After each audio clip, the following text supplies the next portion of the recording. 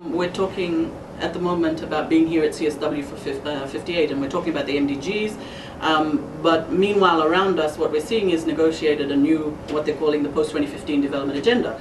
And the reality that I find incredibly insane is that we're talking at the moment in the last couple of sessions of the Open Working Group, where people are saying we need to see the removal of women's human rights. Some are even saying that human rights and development are not interlinked. And the response from us is, one, it's insane. Two, it's completely, if we look, one of the most powerful feminists that I know, Peggy Antrobus from the Caribbean, talks about looking backward as much as forward.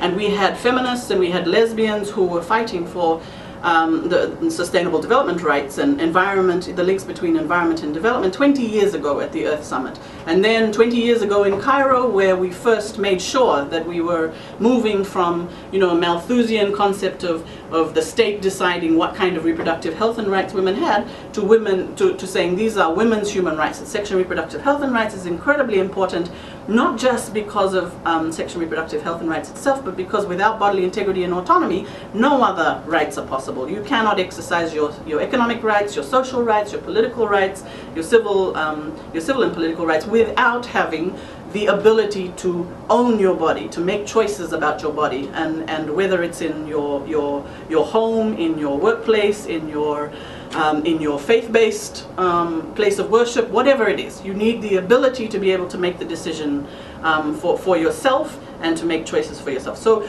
as we work here at CSW 58 today, the issue for all of us, I think, as feminists, but as lesbian and bisexual and trans women who are here at the conference, is to say CEDAW was about the convention to end all forms of discrimination against women. And that means all women, that means all kinds of discrimination. So for us, I think there's a whole lot of us who are feeling a sense of outrage here. That 20 years later, one, that we're seeing states that are trying to remove women's human rights from the document here at CSW 58, but secondly, that we're seeing this idea that we can ever have sustainable development and development as a whole without women's human rights and human rights at the center of any development agenda. It's not possible, it cannot work. Thank you.